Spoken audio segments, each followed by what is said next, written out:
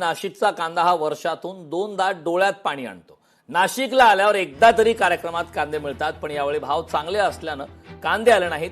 मुख्यमंत्री फडणवीसांनी मिश्किल टिप्पणी केली। नाशिक जिल्ह्यातला कांदा आमच्या डोळ्यात वर्षातनं दोनदा पाणी नक्कीच आणतो, पण संपूर्ण देशामध्ये नाशिकचा जो कांदा आहे तो मला असं वाटतं की अतिशय त्या ठिकाणी प्रसिद्ध आहे।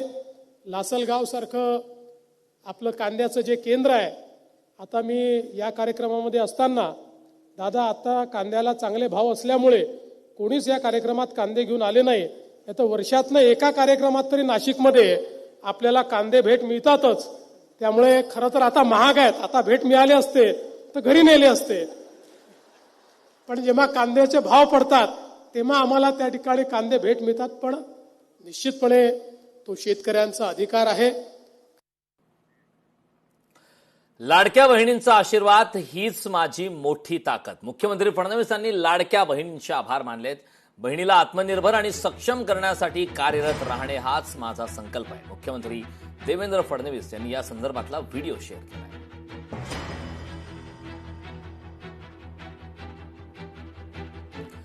उद्यापासून मनोज जरांगे पाटील हे पुन्हा एकदा अंतरवाली सराटी येथे आंदोलनाला बसतायत। मात्र अंतरवाली सराटी येथे आंदोलन सुरू झाल्यानंतर 6 ते 8 दिवसात राज्य सरकारने त्यावर योग्य ते विचार केला नाही, तर सर्व मराठा आंदोलन मुंबईच्या दिशेने हे आंदोलक रवाना होणार आहेत आणि पुन्हा एकदा ऐन गणेशोत्सवात आझाद मैदानात मराठा आंदोलक आंदोलन करतील असा इशारा मराठा क्रांती मोर्चाकडून देण्यात आलाय। मराठा आंदोलक मुंबईत आले तर त्यांची सर्वस्वी जबाबदारी ही राज्य सरकारची असेल। आझाद मैदानातून सकाळी आंदोलन करून संध्याकाळी मराठा आंदोलक जाऊ शकत नाहीत, त्यामुळे त्यांची पूर्ण सोय तिथेच व्हावी अशी विनंती मराठा क्रांती मोर्चाचे समन्वयक वीरेंद्र पवार यांनी केली। 29 तारखेला आंदोलन तर फिक्स आहे, फक्त ते जे स्थळ आहे ते आता अंतरवाली सराटी जालना इथून सुरुवात होते आणि जर या आंदोलनाच्या ज्या प्रलंबित मागण्या जर आपल्या मान्य होत नसतील, या 5 ते 6 दिवसामध्ये जर मान्य नाही झाल्या तर मुंबईकडे निघण्याचा इशारा ऑलरेडी मनोजदादा जरांगे पाटलांनी दिलेला आहे। 17 ऑगस्टलाच आपण अर्ज केलेला आहे 29 ऑगस्टसाठी।